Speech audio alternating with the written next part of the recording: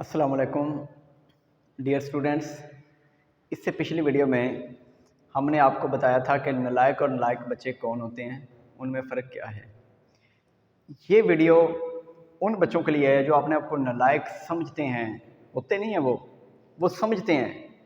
वो मैं आपको एक मिसाल दे देता हूँ। बच्चा कहता है सर मैं ना एक इंग्लिश का ऐसे है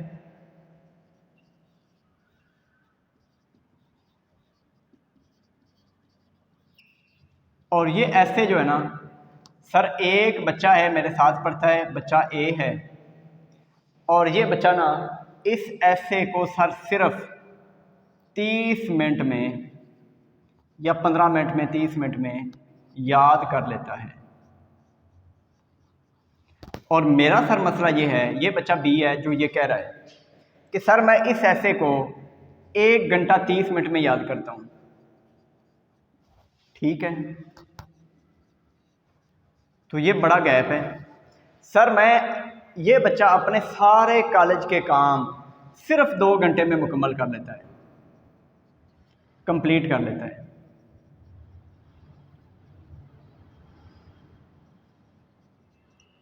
तो सर मुझे ना ये सारे काम मुकम्मल करने में कम से कम 5 घंटे लगते हैं।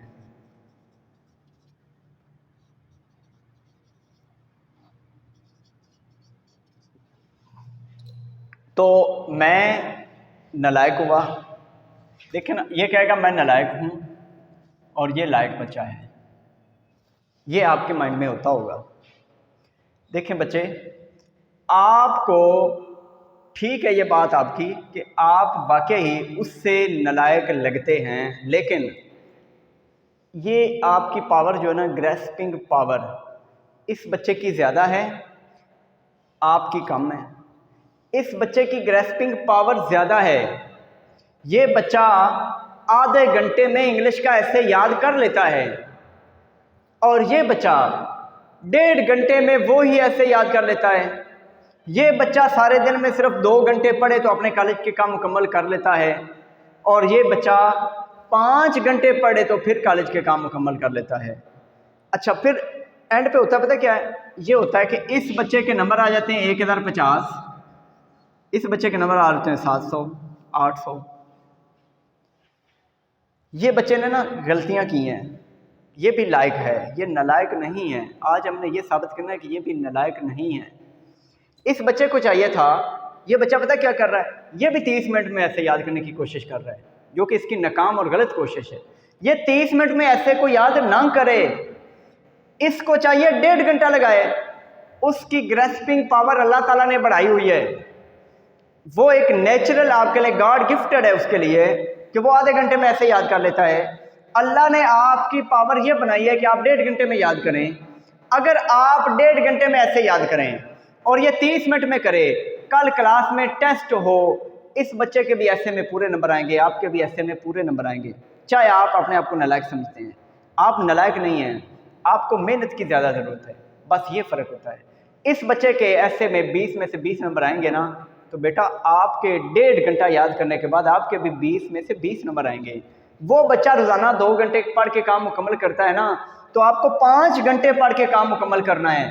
5 घंटे पढ़ने के बाद आप काम मुकम्मल कर लेते हैं ना, तो बच्चे आपके भी 1050 नंबर आ जाएंगे, क्योंकि जो उसको आता है वो आपको भी आता है।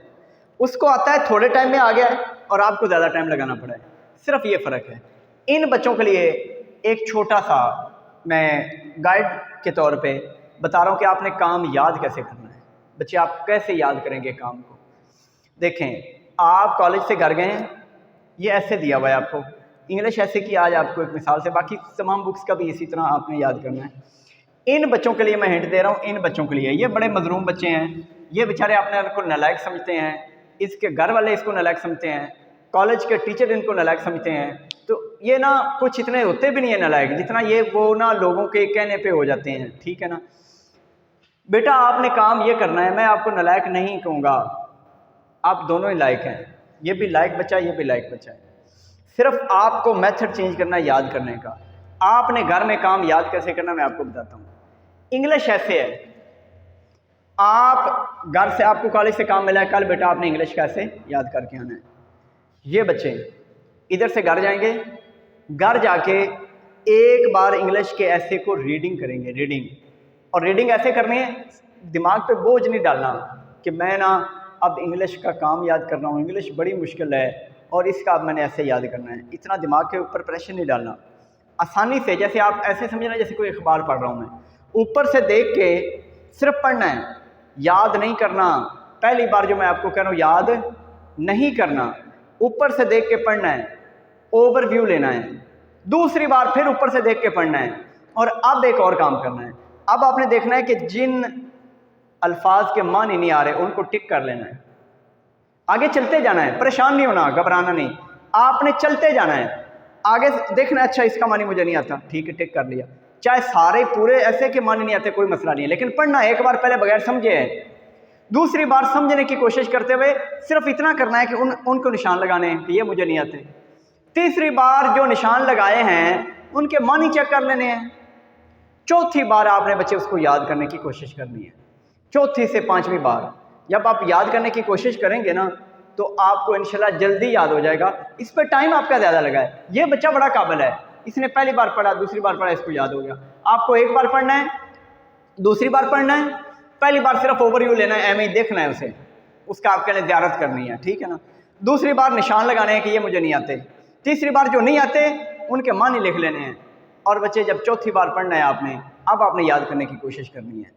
अब आप याद करने की कोशिश करेंगे, एक बार, दूसरी बार, तीसरी बार आपको याद हो जाएगा। टाइम आपका ज़्यादा लगेगा, लेकिन आपको याद ऐसा होगा कि दोबारा भूलेगा नहीं, ठीक है। आपका टाइम ज़्यादा लगना है क्योंकि आपकी ग्रैस्पिंग पावर वो नहीं है जो इस बच्चे की है। और इस तरह से आप याद करेंगे, लिखें। अच्छा एक बार आपने याद कर लिया, अब आपको पता है कि ये मुझे आता है, आपको बड़ा कॉन्फिडेंस है कि मुझे आता है। फिर आप एक और काम करें, आप ना जो आपको आता है उसको रजिस्टर पे लिखें। लिख के फिर क्या करें, लिख के फिर बच्चे अपना टेस्ट खुद चेक करें, अपना टेस्ट खुद चेक करें।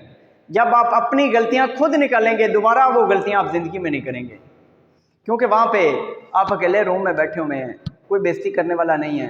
आपकी जितनी गलतियां होंगी सारी आप निकाल लेंगे। आपको लगेगा अच्छा ये मैंने गलत किया, ये स्पेलिंग गलत है, ये ग्रामेटिकल यहाँ पे गलती आई।